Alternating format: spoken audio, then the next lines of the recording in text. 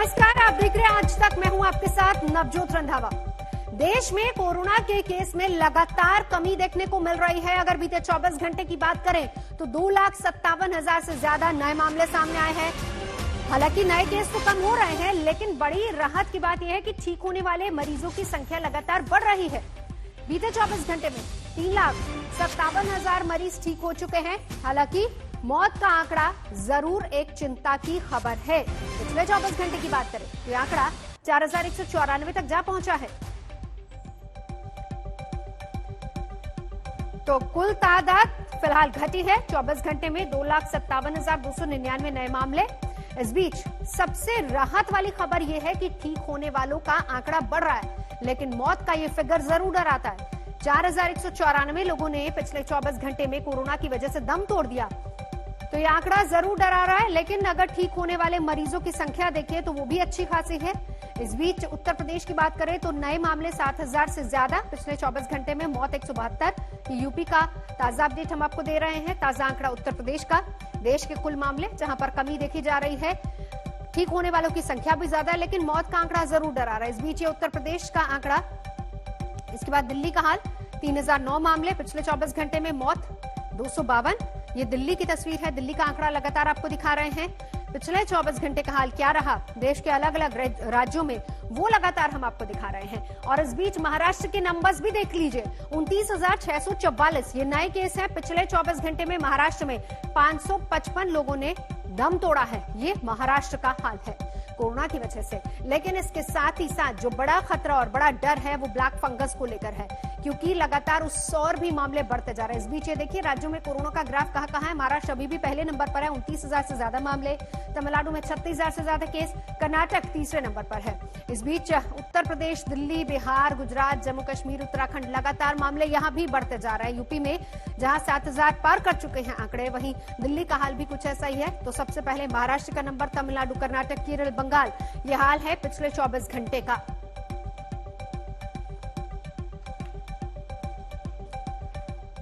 तो कोरोना की मार के बीच अब ब्लैक फंगस का कहर भी देश को डरा रहा है। 10 राज्यों में ब्लैक फंगस को महामारी घोषित किया जा चुका है, तो वहीं सरकारें भी ब्लैक फंगस को लेकर परेशान हैं।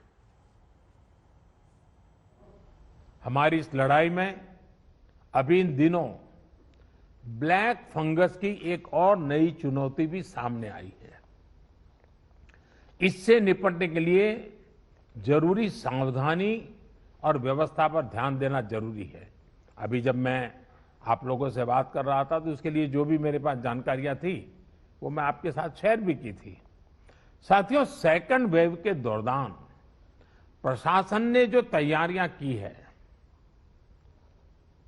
उन्हें केस घटने के बाद भी हमें इसी तरह चुस्त दुरुस्त रखना ही है। साथ ही लगातार आंकड़ों और स्थितियों पर भी नजर रखनी है। जो अनुभव आपको बनारस में मिले हैं, उनका ज्यादा से ज्यादा लाभ पूरे पूर्वांचल और पूरे प्रदेश को भी मिलना चाहिए। मैं चाहूंगा कि हमारे जो डॉक्टर्स और हेल्थ वर्कर्स हैं, वो अपने अनुभवों को अपनी फ्रेटर्निटी में जरूर साझा करें। प्रशासन के लोग भी अपने अनुभवों और इनपुट्स को सरकार तक पहुंचाएं, ताकि आगे इनका और व्यापक लाभ मिल सके, अन्य क्षेत्रों में भी आपकी बेस्ट प्रैक्टिसेस पहुंचा सके। विशेष रूप से आजकल ब्लैक फंगस के बारे में बहुत चर्चा है और इसके केसेस भी जो है देश में स्थान स्थान पर आ रहे हैं। सरकार के माध्यम से, उसके संदर्भ में एक्सपर्ट्स के माध्यम से सभी संबंधित जानकारियां दी जा रही हैं।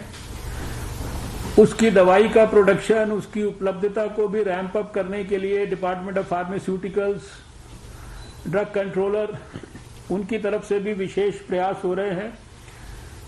भारत सरकार की तरफ से भी ये आग्रह किया गया है कि स्टेट्स इसको नोटिफाइबल डिजीजेस के रूप में जो है इसकी जानकारी दें और इसको सुनिश्चित करें कि हर एक केस जो इस संदर्भ में देश में आ रहा है वो हमारे नोटिस में आ जाए।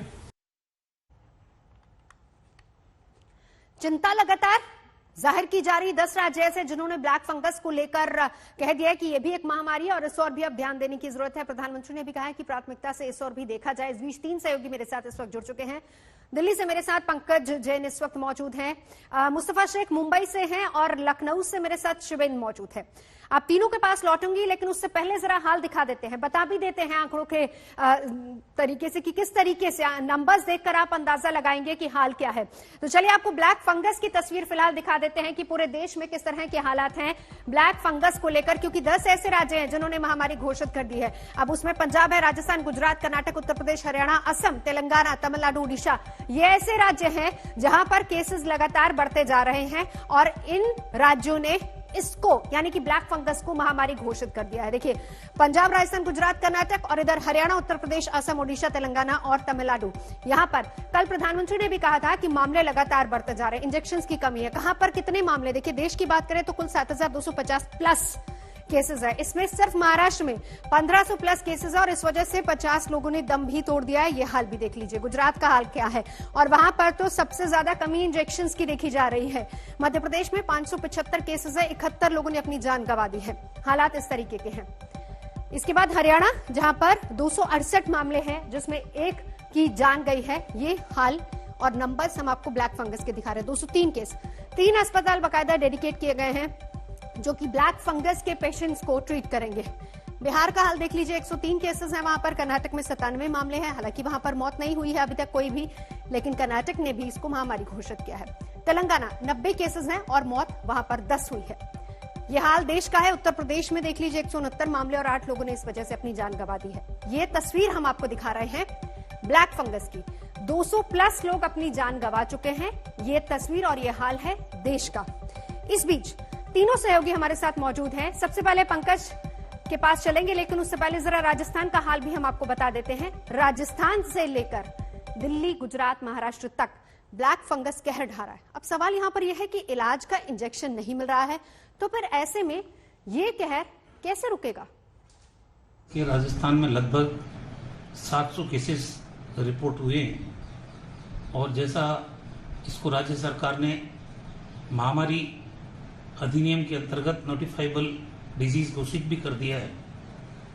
चिरंजीवी योजना में इस रोग के इलाज की व्यवस्था को अनुमत किया गया है। अब जिस तरह से कोविड का ट्रीटमेंट उसके कवरेज में आता है चिरंजीवी योजना के, उसी तरह से ब्लैक फंगस भी आएगा। साथ ही डोर टू डोर जो सर्वे कर रही है हमारी टीमें, उनको भी कहा गया है कि जो ब्लैक फंगस का सिम्टोमेटिक केस नजर आए तो तत्काल उसको अस्पतालों में रिपोर्ट करवाएं। अगर प्रारंभिक अवस्था में कोई व्यक्ति अस्पताल पहुंचता है तो फिर जीवन को खतरा भी नहीं रहता है और जो बड़ा कॉम्प्लिकेशन है वो भी नहीं आता शरीर के अंदर। तो एक टीम बनाया गया पूरे उत्तर प्रदेश में, उनकी जो राय आती है लाइन ऑफ ट्रीटमेंट और किस तरह से इसका इंजेक्शन या दवा जो देना है, उसी आधार पर हम लोग करेंगे। तो एक इंजेक्शन जिसका ये बार बार जिक्र होता है, जिसके लिए इन लोग ने कहा भी है कि इसको कंट्रोल करने के लिए वो इंजेक्शन, क्योंकि अभी पूरे भारतवर्ष में भी कंपनियों द्वारा बहुत कम सप्लाई दे रही है, इसलिए उसका पूरा वितरण, उस कंपनी के उत्पादन का, उस इंजेक्शन का वितरण ये केंद्र सरकार ने स्वयं अपने हाथ में ले लिया है और सभी राज्यों को संख्या के आधार पर वो वितरण करना शुरू कर दिया। हमको भी थोड़ा थोड़ा करके मिलता है तो हम लोग अपने मेडिकल कॉलेजेस में जहाँ ज़्यादा इसकी बीमारियाँ की आ रही है वहाँ हम लोग भेज रहे हैं। 197 केसेस दिल्ली में एडमिटेड थे सभी अस्पतालों में मिलाकर, और 197 में दिल्ली के पेशेंट भी थे, दिल्ली से बाहर के पेशेंट भी थे। ब्लैक फंगस के बारे में देखो, मैं थोड़ा सा आगाह करना चाहूँगा जनता को। ब्लैक फंगस 2 कारणों से हो रहा है। एक तो है कि ब्लड के अंदर शुगर लेवल बढ़ना और दूसरा स्टीरॉयड्स की वजह से इम्यूनिटी का कम होना। पहली चीज़, स्टीरॉयड डॉक्टर की सलाह से ही लें, बिना डॉक्टर की सलाह के बिल्कुल ना लें। डॉक्टर ने जब बंद कर दी है उसके बाद बिल्कुल ना लें। कई सारे लोग हैं घर जाने के बाद भी कई दिन तक दोबारा लेते रहते हैं। बिल्कुल ना लें, बहुत खतरनाक है। होता क्या है, जब भी आप स्टीरॉयड लेते हैं तो आपकी इम्यूनिटी बिल्कुल खत्म हो जाती है, जीरो हो जाती है। जो उसका शब्द इस्तेमाल होगा, महामारी हो चाहे जिस शब्द का इस्तेमाल हो, पर इसमें चिंता की बात है, इसमें ध्यान रखने की बात है। महामारी से ऐसा लगता है कि कोई बहुत बड़ी बात हो गई, तो अभी बड़ी बीमारी है जिसमें मृत्यु के चांस बहुत ज़्यादा रहते हैं। अभी 102 प्रकरणों में ये वर्तमान की स्थिति है कि एक मृत्यु हुई है, लेकिन कहते हैं कि 50 से 60% मृत्यु की भी संभावना इसमें रहती है। तो एक और ये बीमारी आ गई है जिसके लिए ध्यान लगाने की जरूरत है। तीनों सहयोगी इस वक्त मेरे साथ जुड़ चुके हैं। पंकज जैन दिल्ली से, मुस्तफा शेख मेरे साथ मुंबई से और लखनऊ से मेरे साथ शिवेंद्र। लेकिन सबसे पहले पंकज, 3 डेडिकेटेड अस्पताल, क्योंकि अब महामारी ना बन जाए उससे पहले ही अलर्ट हो जाना जरूरी है और जल्दी से जल्दी इसका हल निकालना भी जरूरी है। पंकज,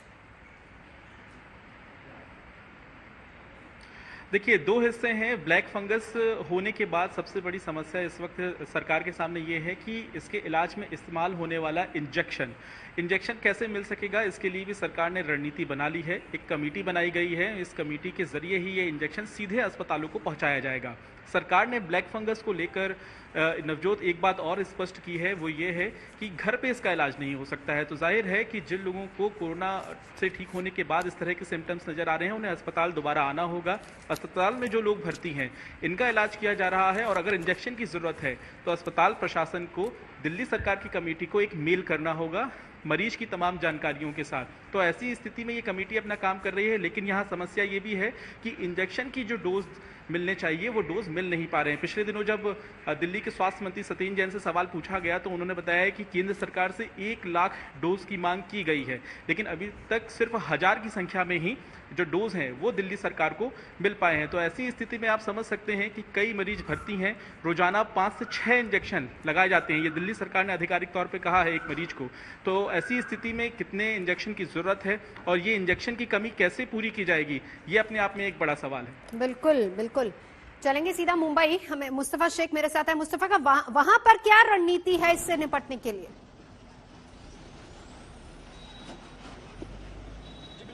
अगर स्वास्थ्य की बात करें तो अभी भी महाराष्ट्र सरकार के सामने कई चैलेंजेस हैं। कल के दिन भी केसेस भले ही कम है, 29,000 नए केसेस महाराष्ट्र में सामने आए हैं, लेकिन 555 मौतें कोविड से अब भी हुई है। उसके साथ ही साथ ब्लैक फंगस से जो सबसे ज्यादा मौतें हुई है देश में, 90 मौतें, वो महाराष्ट्र में हुई है। महाराष्ट्र ने भी 1 लाख डोजेस की मांग की है। जैसे कि बताया जा रहा था कि इंजेक्शन काफी ज्यादा लगते हैं। साथ ही साथ वैक्सीनेशन का अगर आपको हाल बताएं तो वैक्सीनेशन भी लिमिटेड ग्रुप में हो रहा है। 18 to 45 तो महाराष्ट्र में बिल्कुल बंद है। आज के दिन सिर्फ 2nd डोज दिया जा रहा है, वो भी जिन लोगों ने 84 डिजीज कंप्लीट किया, ऐसे कैटेगरी के लोग ही कम है और इसीलिए वैक्सीनेशन सेंटर के बाहर सन्नाटा है। तो ये स्वास्थ्य की अगर आप हालत देखें महाराष्ट्र में तो अभी भी लोगों को अपना गार्ड डाउन नहीं करना चाहिए, क्योंकि केसेस कम नहीं हुए, मौतें कम नहीं हुई, नई बीमारियां सामने आ रही है, इंजेक्शन की किल्लत है। नवजोत। बिल्कुल शिवेंद्र, पिछले हफ्ते भी मुख्यमंत्री दौरे पर थे, नोएडा, गाजियाबाद, मेरठ, और आज भी वो दौरे पर हैं। कानपुर के हालात का जायजा लेंगे। लेकिन ऐसे में भले ही केसेस कम हो रहे हों, लेकिन दूर दराज के गांव बड़ा चैलेंज। दूसरी बात,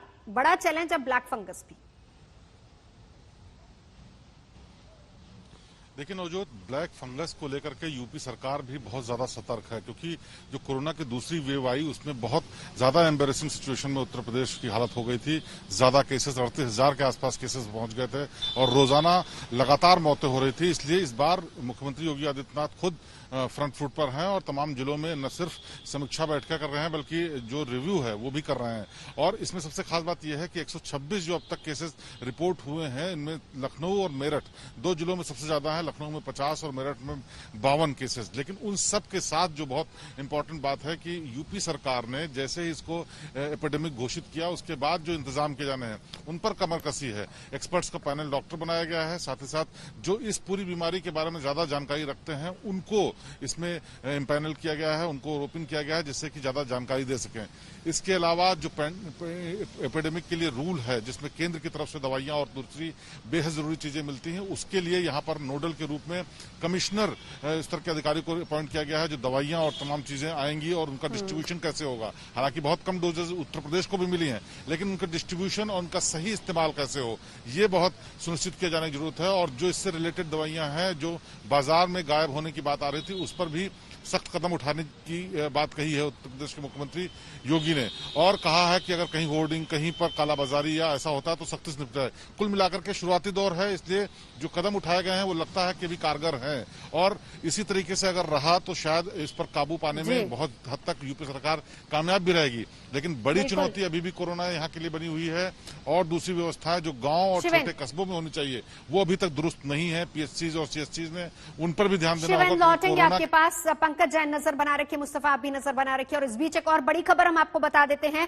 कोरोना की दूसरी लहर ने डॉक्टर्स की जिंदगी को सबसे ज्यादा खतरे में डाला है। आईएमए के आंकड़ों के मुताबिक कोरोना की दूसरी लहर में अब तक 420 डॉक्टर्स अपनी जान गंवा चुके हैं। इनमें सबसे ज्यादा 100 डॉक्टर्स दिल्ली के हैं और बिहार के 96 डॉक्टर्स हैं जो कोरोना का मुकाबला करते करते दम तोड़ चुके हैं। और इसी तरह उत्तर प्रदेश के 41 डॉक्टर्स हैं जिन्होंने अपनी जान गंवाई है। पहली लहर में 700 से ज्यादा डॉक्टरों ने जान गंवाई थी। कल प्रधानमंत्री ने वाराणसी के डॉक्टर्स, फ्रंटलाइन वर्कर्स से बात की थी, उनका हौसला बढ़ाया था। और आज ये खबर आ रही है कि दूसरी लहर में 420 डॉक्टर्स ने अपनी जान गंवाई। सबसे ज्यादा खतरे में डॉक्टर्स। और मध्य प्रदेश के पूर्व मुख्यमंत्री कमलनाथ की जबान पर सियासी जंग छिड़ गई है। बहुचर्चित हनी ट्रैप कांड की सीडी अपने पास होने का दावा किया तो इंडियन कोरोना का बयान देकर भी बीजेपी को सियासी मुद्दा थमा दिया। भोपाल और अन्य जिलों में मैंने हिसाब लगाया है 1 लाख से ज्यादा लोगों की मृत्यु हुई है। प्रश्न ये है कितनी लाशें शमशान घाट आई, कितनी लाशें कब्रिस्तान गईं, उसका 80% हम गिने वो कोविड की है। अब वो कहेगा आपका कोविड सर्टिफिकेट नहीं है, आपकी नगर पालिका या नगर निगम में सर्टिफिकेट नहीं है, अस्पताल का सर्टिफिकेट नहीं है तो कोविड नहीं है। ये आप किसको झूठ बोल रहे हैं? मैं कैबिनेट का दर्जा प्राप्त एक व्यक्ति के मुंह से भारत के लिए अपमानजनक शब्द सुनकर स्तब्ध हूं और दुखी भी हूं, आहत भी हूं। ये जानबूझ के कह रहे हैं जी टूल किट से कमलनाथ के तार जुड़े होंगे। मैं मांग करता हूं गवर्नर से मध्य प्रदेश की कि इन पर 188 के तहत मामला दर्ज करें जो भय फैला रहे हैं समाज के अंदर। ये जो भारत का अपमान कर रहे हैं, राष्ट्रद्रोह या इससे संबंधित जो मामला कमलनाथ पे बनता हो वो मामला लगाए इस तरह के लोगों पर। पर्यावरण बचाने के लिए चिपकू आंदोलन की शुरुआत करने वाले पर्यावरणविद सुंदरलाल बहुगुणा का निधन हो गया। 93 साल के सुंदरलाल बहुगुणा कोरोना से संक्रमित थे। 8 मई को उन्हें ऋषिकेश के एम्स में भर्ती किया। कोरोना की पहली लहर में मिली कामयाबी दूसरी लहर में धर्राशाही हो गई। अस्पतालों की हालत ने सारी तैयारियों की पोल खोल दी है और यही वजह है कि कोरोना की तीसरी लहर के अलर्ट को सरकार अभी से गंभीरता से लेने लगी है। वैक्सीन प्रोग्राम तो तेज करने की रणनीति बनाई ही जा रही है। दिसंबर के अंत तक लगभग 216 करोड़ वैक्सीन डोज हासिल करने का लक्ष्य भी रखा गया है। सरकार की तैयारी क्या है, आइए देखते हैं।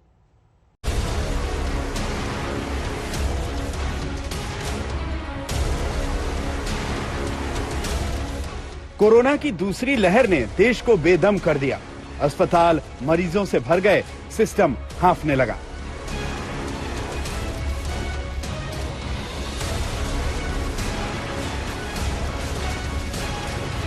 न बिस्तर था, न वेंटिलेटर, सांसें भी भारी हो गईं। ऑक्सीजन की कमी से न जाने कितनी जिंदगियां खत्म हो गईं। और अब तीसरी लहर का खतरा सामने है। अच्छी बात यह है कि सरकार कोरोना की तीसरी लहर को लेकर अभी से सजग हो गई है। कोरोना की दूसरी लहर से हुए जानमाल के नुकसान से सबक लेते हुए मोदी सरकार ने अब पूरे देश में वैक्सीन के कार्यक्रम को पूरा करने के लिए युद्ध स्तर पर काम शुरू कर दिया है। कोरोना के ट्रीटमेंट से संबंधित किसी भी दवाई की किसी भी स्तर पर कोई कमी न पड़े, इसके उत्पादन को लेकर अब मोदी सरकार ने पूरी तरीके से कमर कस ली है। भारत सरकार के प्रधान वैज्ञानिक सलाहकार के विजय राघवन ने कहा कि तीसरी लहर का आना तय है। इसके वैज्ञानिक सबूत है कि तीसरी लहर में वायरस का म्यूटेंट ज्यादा ताकतवर रहेगा।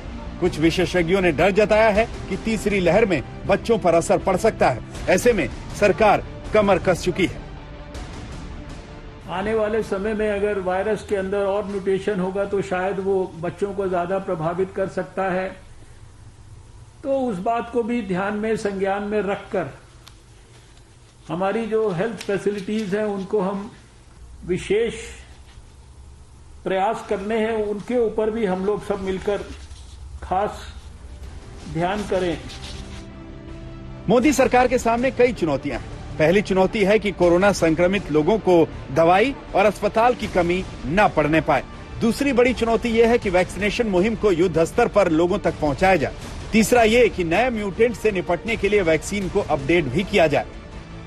सरकार का फिलहाल पूरा फोकस वैक्सीन के उत्पादन को बढ़ाने और उसे पूरे देश में आसानी के साथ पहुंचाने पर है।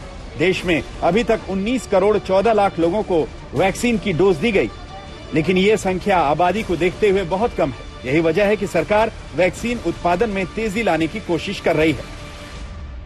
भारत में लगातार वैक्सीन की कमी को दूर करने के लिए केंद्र सरकार की तरफ से बड़े कदम उठाए जा रहे हैं। कई राज्य सरकारों ने इस बात को लेकर के सवाल उठाया था कि वैक्सीन उनके राज्यों में नहीं पहुंच रही है। यही वजह है कि भारत सरकार और भारत बायोटेक की तरफ से इस कंपनी यानी बिबकॉल कंपनी को एक समझौता किया गया है और इसमें फार्मूला ट्रांसफर करने के बाद इस कंपनी के जरिए कई डोज वैक्सीन के बनाए जाएंगे। बिबकॉल यानी Bharat immunological biological limited company में सितंबर से वैक्सीन का उत्पादन शुरू होगा। लक्ष्य कोवैक्सीन के 1 करोड़ डोज बनाने का है। इतना ही नहीं, दिसंबर के आखिरी तक 2 करोड़ डोज के उत्पादन का लक्ष्य है।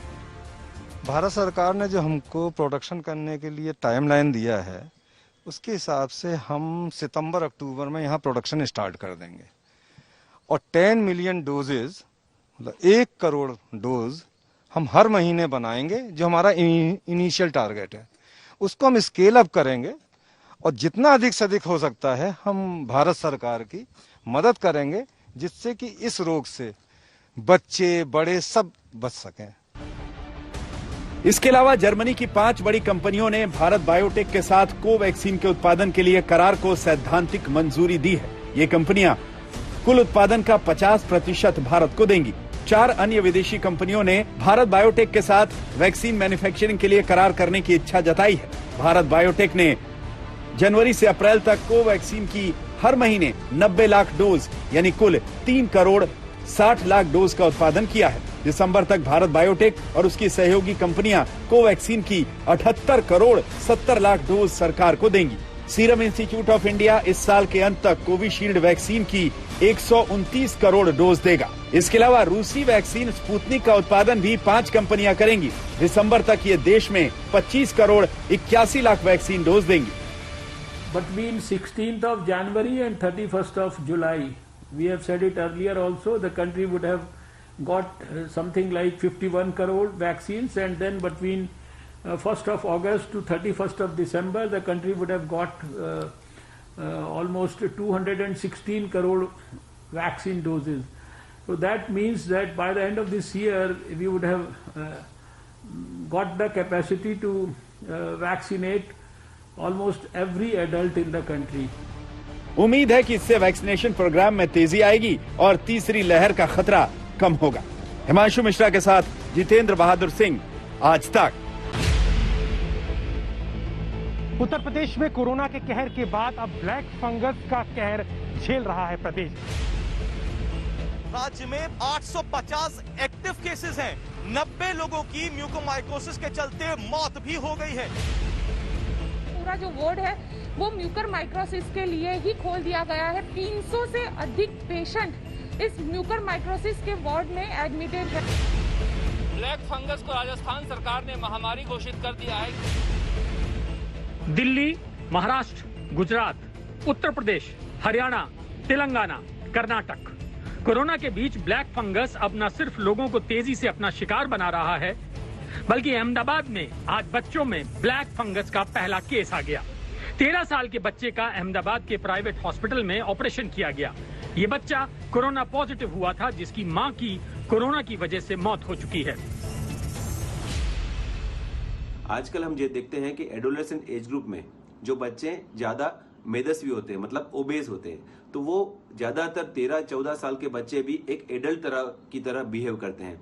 तो उनको भी कभी जब भी कोविड इन्फेक्शन होता है तो बहुत कम नंबर में, लेकिन उनको हॉस्पिटलाइज करना पड़ता है, आईसीयू केयर करनी पड़ती है, ऑक्सीजन और ये सभी दवाइयां देनी पड़ती है, जिसकी वजह से उनको भी ये हाई रिस्क जोन में आना पड़ता है। तो जाके ये म्यूकोरमाइकोसिस बच्चों में या एडोलेसेंट एज ग्रुप में भी हो सकता है।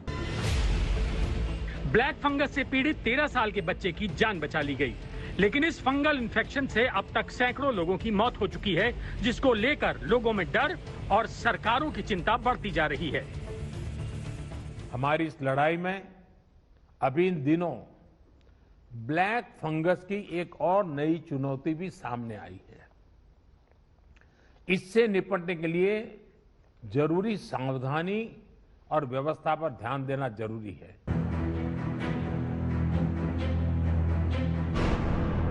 महाराष्ट्र, गुजरात, मध्य प्रदेश, हरियाणा और उत्तर प्रदेश जैसे राज्यों ने ब्लैक फंगस को महामारी घोषित कर दिया है, जिसके बाद ब्लैक फंगस के हर केस को फॉलो किया जा रहा है।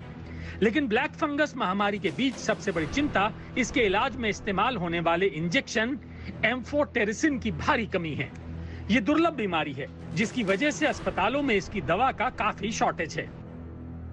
The one and only major problem is non-availability of lyophilized amphotericin B, which is the mainstay of treatment. There is an acute short supply of amphotericin B. In fact, all our patients who are admitted are not getting adequate dosage at all, because our usual stockists, usual suppliers have all refused to supply any vials to us, saying that all the medicine is going to be procured by the government. Black fungus के मरीजों के इलाज के लिए injection की कमी की शिकायतें हर राज्य से मिल रही हैं, जिसकी शॉर्टेज को लेकर दिल्ली हाईकोर्ट ने भी सरकार को एम्फोटेरिसिन बी इंजेक्शन विदेश से आयात करने के लिए कहा था। केंद्र सरकार ने एम्फोटेरिसिन बी की कमी सामने आने के बाद अब इसके उत्पादन के लिए 3 दिन में 5 कंपनियों को मंजूरी दी है। देश में 6 दवा कंपनियां पहले से ही एम्फोटेरिसिन इंजेक्शन बना रही थीं, जिन्होंने अपना उत्पादन बढ़ाया है। इसके अलावा भारतीय कंपनियों ने एम्फोटेरिसिन बी की 6 लाख डोज के आयात के लिए भी ऑर्डर दिए हैं। राज्य सरकारों के साथ साथ अब केंद्र सरकार भी ब्लैक फंगस की रोकथाम और इलाज के लिए एक्शन मोड में आ चुकी है। सरकार के माध्यम से, उसके संदर्भ में एक्सपर्ट्स के माध्यम से सभी संबंधित जानकारियां दी जा रही हैं। उसकी दवाई का प्रोडक्शन, उसकी उपलब्धता को भी रैंप अप करने के लिए department of pharmaceuticals, drug controller, उनकी तरफ से भी विशेष प्रयास हो रहे हैं। साथ ही ब्लैक फंगस से बचाव और उसके इलाज को लेकर लोगों में जागरूकता बढ़ाने वाले अभियान भी जोर शोर से चलाए जा रहे हैं। एक्सपर्ट सतर्क करते हैं कि कोरोना के जिन मरीजों को शुरुआत में ही स्टेरॉइड्स दिए गए, उनमें ब्लैक फंगस का संक्रमण हो सकता है। डायबिटीज मरीजों को स्टेरॉइड्स की बहुत ज्यादा डोज दिए जाने पर भी मरीज को ब्लैक फंगस होने का खतरा बढ़ जाता है। अगर लंबे वक्त तक स्टेरॉइड्स दिए जाएं, तो भी लोग ब्लैक फंगस की चपेट में आ सकते हैं। इसलिए जरूरी है कि डॉक्टर्स कोरोना मरीजों के इलाज में ज्यादा सतर्कता बरतें। If you have COVID-19 and you are diabetic, please make sure your sugars are properly checked and your sugars are under good control. If you need steroids, make sure they are taken in the right dose and only when they are indicated. Do not misuse steroids when they are not required, and be aware of the possible features which could suggest that you may have mucor, so that you can consult your doctor immediately. Black fungus की बीमारी अगर हद से बढ़ जाए तो जानलेवा साबित हो सकती है। इसलिए जरूरी है कि इसके लक्षणों को जल्द से जल्द पहचान करें। आप इसकी पहचान कर सकते हैं। अगर आपको नाक में दिक्कत महसूस हो रही हो, चेहरे के एक हिस्से में दर्द महसूस हो या वो सूज जाए, चेहरा सुन्न पड़ रहा हो, चेहरे का रंग बदल रहा हो, पलकें सूजने लगी हों, दांत हिलने लगे, ये वो शुरुआती लक्षण हैं जिनको पहचान कर अगर तुरंत इलाज शुरू हो जाए तो दवाइयों से ही ब्लैक फंगस ठीक हो सकता है।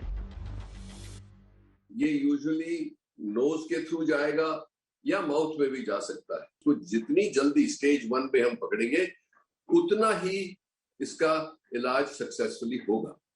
जब ये फेज 2 में जाता है कि जैसे आंखों में चला गया, और कईयों की आपने देखी है कि आईज भी बहुत फूल जाती है, उसमें कई बार आई को सैक्रिफाइस करना पड़ता है, और उसके बाद स्टेज 3 जब ब्रेन में चला जाए।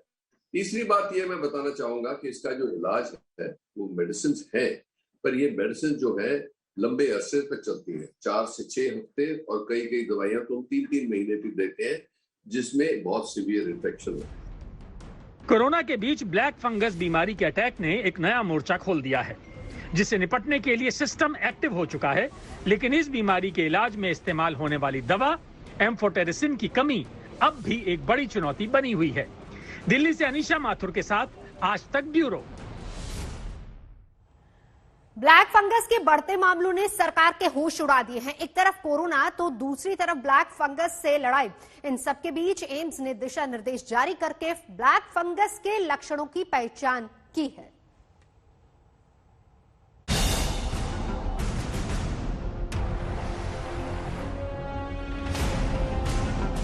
ब्लैक फंगस बीमारी बहुत तेजी से शरीर में फैलती है।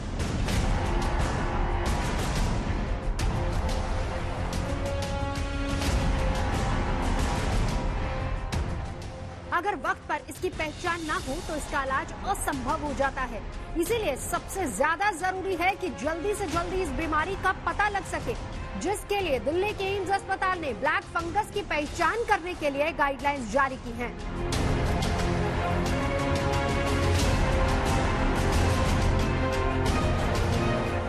और गाइडलाइंस के मुताबिक दिन के उजाले में पूरे चेहरे की गौर से जांच करें।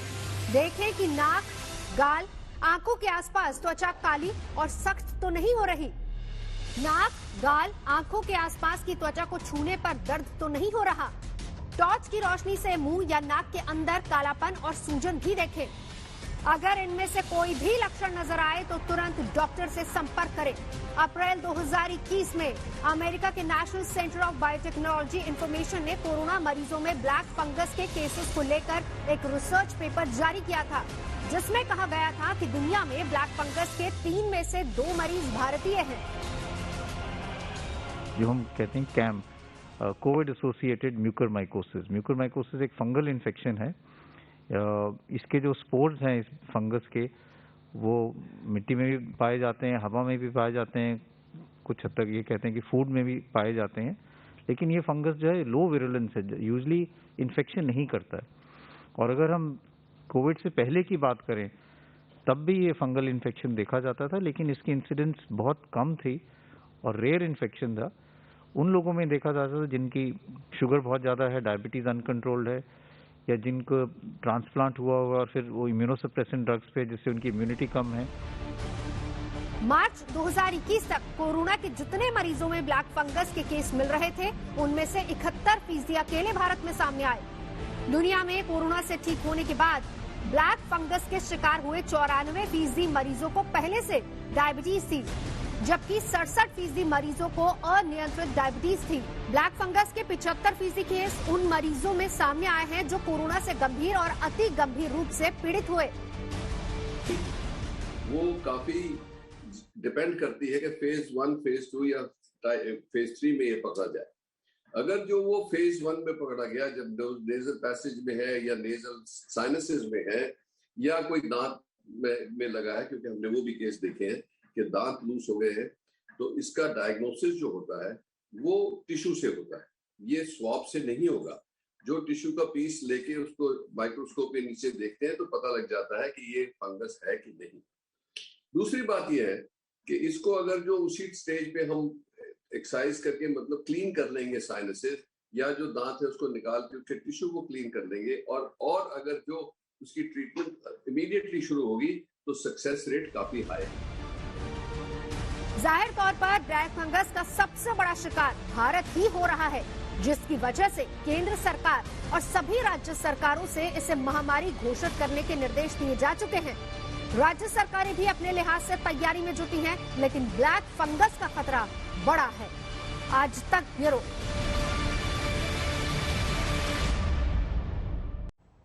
वैसे ब्लैक फंगस के बाद अब व्हाइट फंगस भी जिंदगी से दुश्मनी ठाने बैठा है। व्हाइट फंगस के 4 मरीज पटना में सामने आए हैं। आखिर ब्लैक फंगस से क्यों ज्यादा खतरनाक है व्हाइट फंगस, देखिए जरा।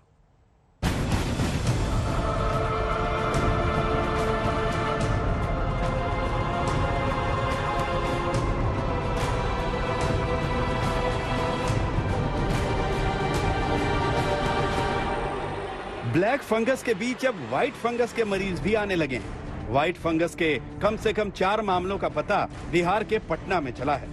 हालांकि अभी भी व्हाइट फंगस को लेकर ज्यादा जानकारी मौजूद नहीं है, जैसे कि इसका सबूत नहीं है कि व्हाइट फंगस का संक्रमण अन्य राज्यों में भी फैल रहा है या नहीं। ना ही ये पता चल पाया है कि आखिर इस नए संक्रमण को क्या खतरनाक बनाता है।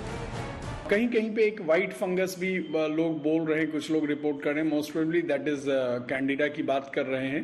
कैंडिडा पहले भी होता था।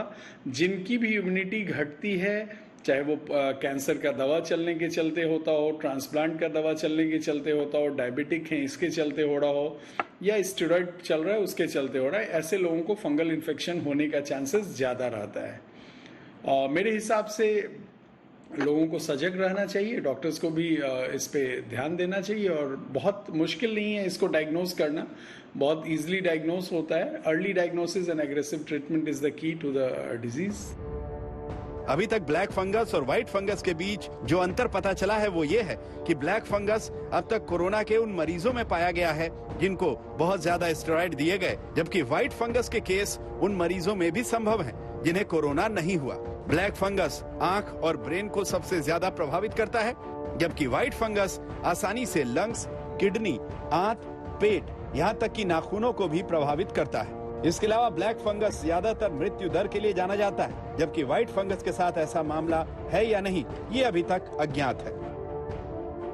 डॉक्टर्स कहते हैं कि व्हाइट फंगस एक सामान्य फंगस है जो कोरोना महामारी से पहले भी लोगों को होता था। कोविड से इसका कोई खास नाता नहीं है। ये कोई नई बीमारी नहीं है, क्योंकि जिन लोगों की इम्यूनिटी बहुत ज़्यादा कम होती है उनमें ऐसी कंडीशन पाई जा सकती है। ये एक तरह का अपॉर्चुनिस्टिक इन्फेक्शन है अगर साइंटिफिक भाषा में बोला जाए तो। देखिए, जो ब्लैक फंगस यानी म्यूकर माइकोसिस है वो एक अलग प्रजाति का फंगस है, लेकिन वो भी ऐसे ही मरीजों में हो रहा है जिनकी इम्यूनिटी ओवरऑल कम है। जो म्यूकर माइकोसिस है वो नाक से एंटर करके नाक के पीछे के साइनसेस को, आँखों को और ब्रेन को इफेक्ट कर रहा है।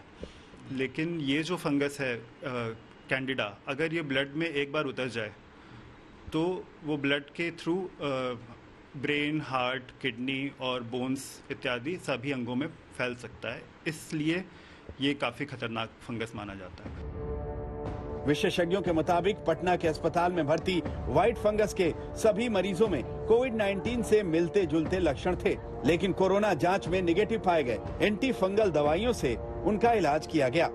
मेडिकल एक्सपर्ट्स ने सुझाव दिया है कि जिस तरह कोविड-19 के गंभीर मामलों में अतिरिक्त स्कैन की आवश्यकता होती है, उसी तरह व्हाइट फंगल संक्रमण का पता लगाने के लिए HRCT स्कैन परीक्षण की भी आवश्यकता होती है। ये इन्फेक्शन भी जानलेवा है अगर वो सिस्टमिकली प्रेजेंट है, यानी कि ब्लड में प्रेजेंट है या फिर हमारे ऑर्गन्स जैसे कि लंग में प्रेजेंट है। ये इन्फेक्शन जो है, इसको लगने वाली दवाइयां थोड़ी अलग है। इसके लिए फ्लुकोनाजोल दिया जाता है या वोरिकोनाजोल दिया जाता है। ये बीमारी को व्हाइट बोला जाता है बिकॉज इसमें व्हाइट कलर का मेम्ब्रेन फॉर्म होता है कैंडिडा के कारण, या फिर व्हाइट कलर का ग्रोथ देखा जाता है जब हम उसको माइक्रोबायोलॉजी में देखते हैं, डिटेक्ट करने के लिए टेस्ट करते हैं। ये ब्लैक फंगस से क्यों अलग है?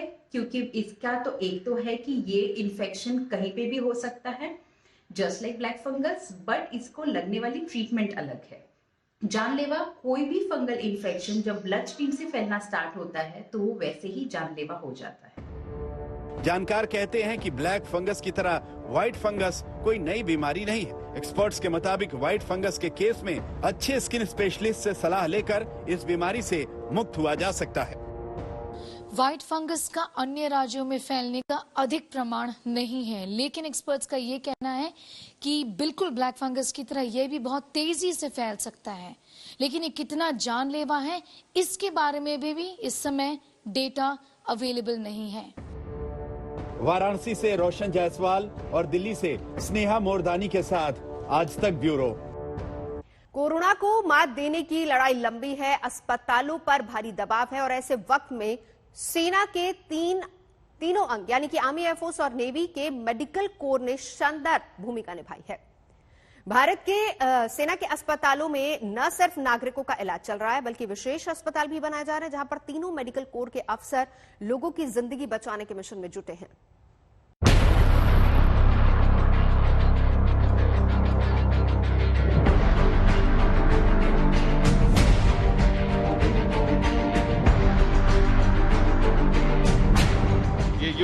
कोरोना के अगेंस्ट, और इसके लिए जैसे हम युद्ध के लिए तैयारी करते हैं वैसे हम इसके लिए तैयार होकर आए हैं और ये युद्ध जीतेंगे, जरूर जीतेंगे। We all teamed up very well to deliver the care in the emergency. हमें मौका मिला है कि देश की सेवा करने का और हम सभी मोटिवेटेड हैं। We are not afraid of dying. Patient यहाँ से खुश होके ठीक होके जा रहा है। Warlike situation we have to face any time because we are trained like that. हर मुश्किल में हमारा जो मोटिवेशन लेवल वो एस्केलेट हो जाता है, वो बढ़ जाता है। सरहद पर पहरा हो, दुश्मन को दंड देना हो, साजिशों को नाकाम करना हो, तूफान हो, बाढ़ हो, हर जगह हर मोर्चे पर मौजूद रहते हैं भारत के ये वीर। कोरोना की त्रासदी में जब देश बुरी तरह कराह उठा, तब सेना के तीनों अंगों के जवान वायरस की लहर के सामने डट गए। रक्षा के दो सूत्र होते हैं, दुश्मन का खात्मा और जो अपने हैं उनका बचाव। अमूमन तो सरहदों पर युद्ध काल में हमने अपनी फौज को देखा है, लेकिन ये जो कोरोना काल है वो किसी युद्ध से कम नहीं है। और इसीलिए इस युद्ध काल में किस तरीके से हमारे वर्दीधारी, हमारे सैन्य कर्मी, डीआरडीओ सब मिलकर अपनी पूरी ताकत से देश की रक्षा कर रहे हैं और देश का विश्वास बने हुए हैं। डीआरडीओ द्वारा स्थापित यह अस्पताल सेना के तीनों अंगों के एक साथ मिलकर वायरस के खिलाफ युद्ध लड़ने का बेहतरीन उदाहरण है।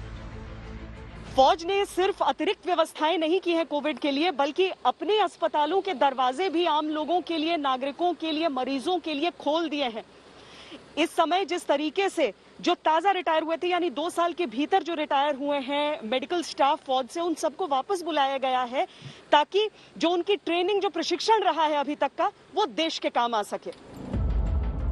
तीनों सेनाओं ने एक साथ मिलकर अस्पताल के ऑपरेशंस को संभाल रखा है। सबसे बड़ी बात यह है कि इन विशेषज्ञ डॉक्टर्स के हौसले बुलंद हैं, एक ही लक्ष्य है, जान बचाना।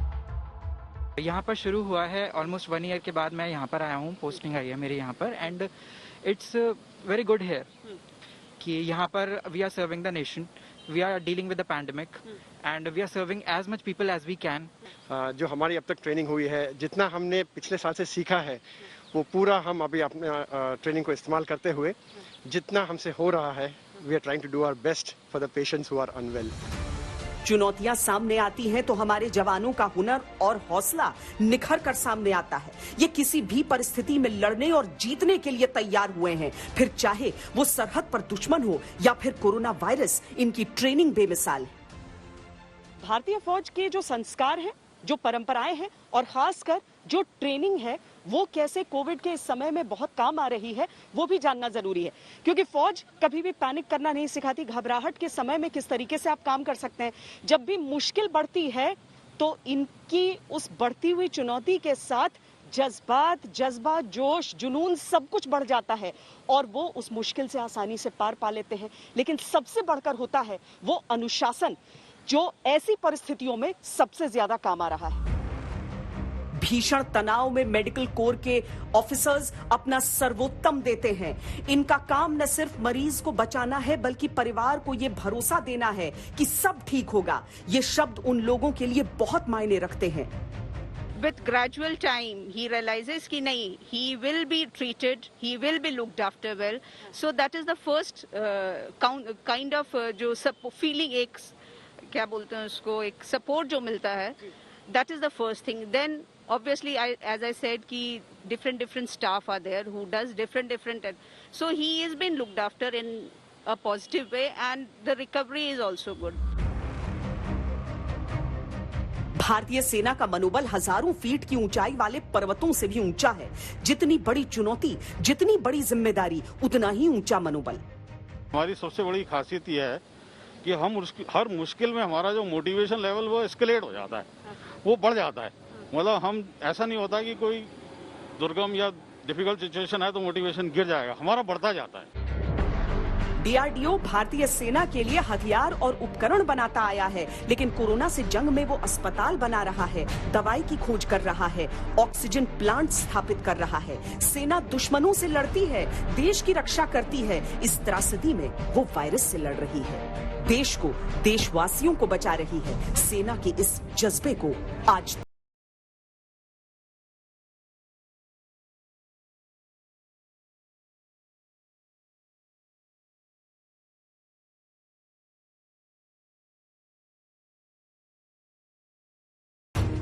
कैमरा पर्सन सैयद मोहसिन के साथ श्वेता सिंह, दिल्ली आज तक।